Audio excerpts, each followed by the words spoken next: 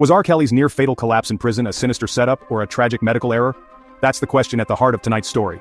Kelly, inmate 09627-025, collapsed in his solitary cell at FCI Butner, North Carolina, on June 13, 2024.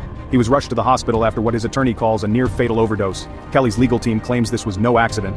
Just days after he warned of a murder plot, prison staff allegedly gave him a dangerously high dose of medication. The timing is suspicious. A man says his life is in danger, then nearly dies. Federal prosecutors and the Bureau of Prisons dismiss this as another manipulative move by Kelly, insisting it's just a medical issue. But the facts are chilling. Kelly was hospitalized with life-threatening blood clots, then quickly sent back to the same prison. His lawyers are now fighting for his release to home confinement, arguing his life is at risk.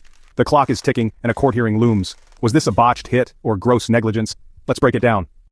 Before prison, R. Kelly was the Pied Piper of R&B, a Grammy-winning superstar with hits like I Believe I Can Fly. He sold over 75 million records and lived a life of luxury. But behind the fame, dark allegations of sexual misconduct and abuse followed him for decades.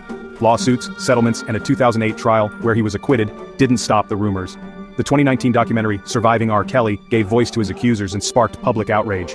In 2021, a federal jury found him guilty of racketeering and sex trafficking. He was sentenced to 30 years. More convictions in Chicago added 20 years to be served concurrently. Once a celebrated artist, Kelly became a convicted predator, stripped of fame and fortune.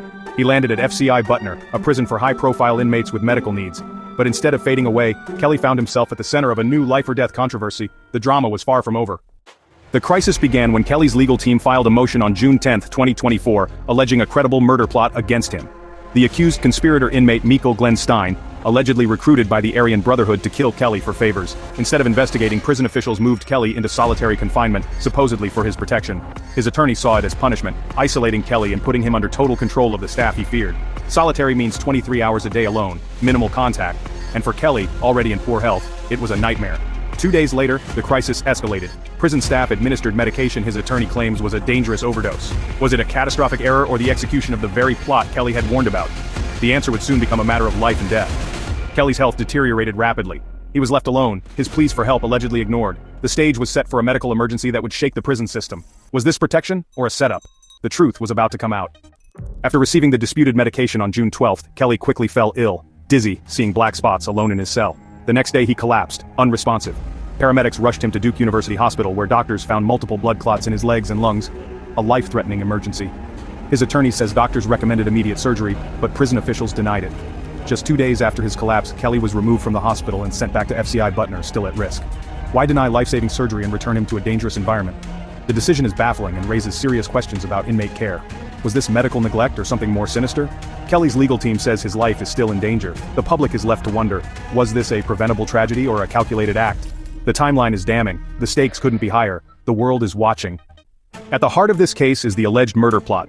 Kelly's attorney claims a coordinated effort involving inmates and possibly prison officials. The central figure, Michael Glenn Stein, allegedly recruited by the Aryan Brotherhood to kill Kelly for favors. The gang's involvement, if true, turns this into a deadly conspiracy. Even more disturbing, the filings suggest prison staff may have been complicit or willfully ignorant. The timing, Kelly's overdose just after being placed in solitary, fuels suspicion. Prosecutors deny everything, calling Kelly a manipulator spinning tales to escape justice. They say he's exploiting his notoriety to create a media circus. The Bureau of Prisons remains silent, adding to the mystery. Is this a real conspiracy or a desperate ploy? The truth remains hidden behind prison walls. With his health failing and fears of conspiracy swirling, Kelly's legal team filed an emergency motion for his release. They're not asking for a pardon, just compassionate release to home confinement, arguing the prison can't keep him safe or provide proper care. This case highlights the broader crisis of medical neglect and inmate safety in U.S. prisons.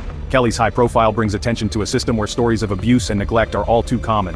Victims and their supporters see this as another manipulative act from a man who's never taken responsibility. Others argue that even the worst inmates deserve basic rights and medical care. A federal judge will soon decide, is Kelly a manipulative inmate or a man in real danger? The outcome will have immediate consequences for Kelly, and for the debate over prison safety. Was this a setup or a tragic mistake? The question lingers. You be the judge.